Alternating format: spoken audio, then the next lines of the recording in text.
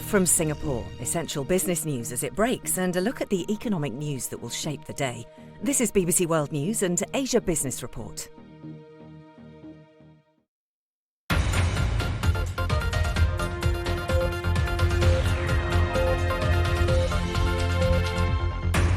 The situation in Hong Kong is deteriorating. That's the latest warning from President Biden on China. We'll have the latest. And genealogy websites are soaring in popularity, but could they also hold the key to solving murder cases?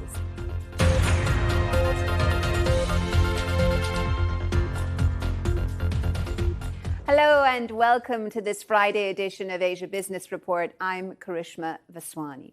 Well, President Biden has been meeting with the leader of Europe's largest economy, the German Chancellor Merkel. In a press conference, he said that the two countries would stand up for democratic principles and universal rights, especially with regards to China. He also talked about Hong Kong, and in a response to a question on whether the White House would issue a warning to U.S. firms based there about doing business in the financial hub, this is what he said. The situation in Hong Kong is deteriorating, and the Chinese government is not keeping its commitment that it made how it would deal with Hong Kong. And so it is more of an advisory as to what may happen on Hong Kong. It's as simple as that and as complicated as that. President Biden there, well, that warning to U.S. firms in Hong Kong could come as soon as this Friday. And our business reporter, Katie Silver, has been following this story for us. Good to see you, Katie. I know it's not been issued yet, this business advisory, but what details about it are you hearing? Well, Krishna, we understand this is likely to be the first advisory by the US government, basically telling people of the warnings businesses in Hong Kong about operating there. So what we understand is the State Department is likely to list a couple of key threats that they may face. Now, the first concerns data, basically that businesses there should assume the likes of the Chinese Communist Party have access to their data by virtue of them being in Hong Kong. The second is related to a new law by Beijing, which basically says that individuals as well as businesses may find themselves facing sanctions from China as a result of abiding by Western sanctions on Chinese officials. We also understand that the likes of Apple Daily and other recent events within Hong Kong will form a part of this advisory. And of course, Apple Daily really found itself in the crossfire of Beijing when it was basically crippled about a month ago as a result of its pro-democracy stance. We also understand that Washington may well increase the list of Chinese officials currently facing sanctions there. And this all comes as part of a wider global crackdown that we're seeing on China. For instance, another aspect that we saw just this week in the US was the Senate there passing a bill basically banning all imports from the Xinjiang region, saying that what comes from there equates to being made by forced labour.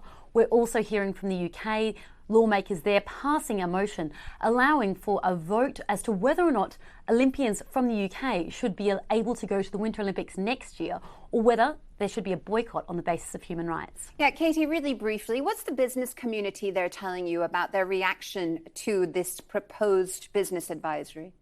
Well, Krishna, this morning I've spoken to the head of the American Chamber of Commerce there, Tara Josephs, and she says this isn't dissimilar to what they've been seeing for a long time. They've lived in a complex environment since 2019 with protests plus COVID plus the national security law. But she says despite all this, business is still booming and therefore many businesses are committed to staying.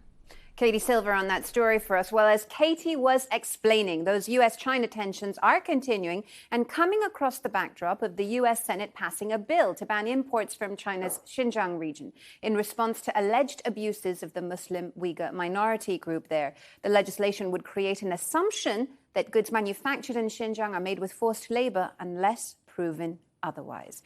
Well, let's stay with China because the American bank Goldman Sachs, one of the world's biggest, has told the BBC it wants to continue working as a partner of China. Their CEO, Richard Nodder, said the firm's been operating there for almost 40 years and wants to find common ground with the world's second largest economy. He was speaking to my colleague, Simon Jack.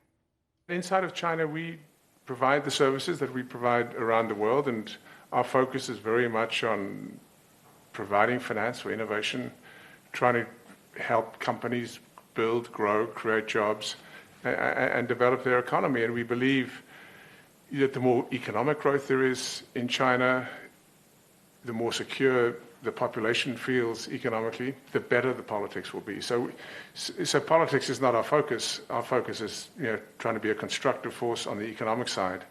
But the more constructive we can be, the stronger that economy is, I think the better political outcomes in the end. Richard nodded there on that difficult relationship between the US and China for businesses. Well, we have a special report for you on genealogy websites. They've soared in popularity recently as the technology for analyzing your DNA and revealing your ancestry has come down in price. In the United States, it's also revolutionizing the ability of police to solve cold murder cases. But critics say it breaches the privacy of individuals. The BBC's James Clayton travelled to Midwest America to follow the active murder case of a woman who was unidentifiable for over 30 years. In 1990, the body of a woman was found in rural Missouri. She'd been tied up and her remains were decomposed. Other than knowing that they were dealing with a murder, police had no idea who she was. For years, she was known simply as Grace. Somebody said it would be by the grace of God that we find out who she was. And the name stuck as Grace.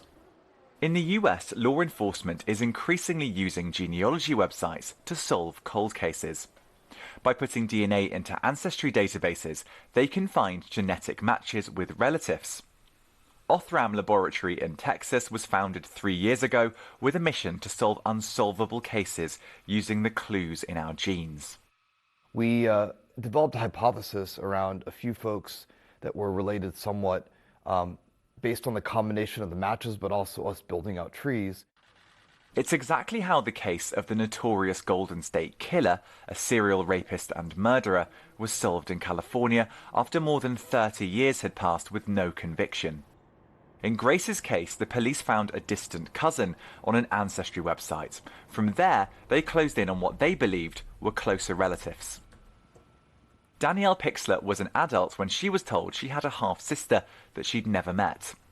She's been looking for her ever since. I made posters, printed flyers. I was going to keep looking. I did not care what it took, what I had to do. In March, she was called by the police and asked to take a DNA test. It was a match. Grace Doe was her missing sister, Shauna Beth Garber. Hundreds of cold cases have now been solved using this technique. But critics say the process invades people's privacy and allows the police to access people's genetic information without their consent. In order to get where they need to be, they're going to build out these enormous family trees. And those family trees are not composed of people who have consented. Why could it be the decision of a third cousin or someone I don't even know I'm related to? Why does that person control the power over my genome? Advocates of this technology think that this could solve tens of thousands of murders just in the US. But with so much interest about our data and around DNA, there's a big question here, which is, do we want law enforcement to know that much about us? James Clayton, BBC News. Well, last week we told you about how Richard Branson made history by blasting to the edge of space. Next week, it's the turn of billionaire entrepreneur Jeff Bezos. Turbocharged by private companies, the business of space is really taking off. Aaron Hesselhurst has been speaking to two industry leaders to find out what they think the future holds.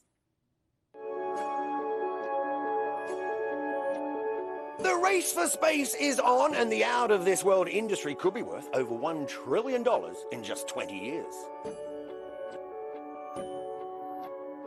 We're envisioning taking thousands, hundreds of thousands, eventually millions to space. So you're going to space at a roaring 12 miles an hour. That iconic thin blue line of our atmosphere, our beautiful planet below you with the inky black sky is going to be spectacular. Over the last decade or so, all things space have moved from a government-led model to this private company-led one, right? Just how significant is that? On the satellite side, it used to be a couple of countries could put satellites up. It is a whole transformation.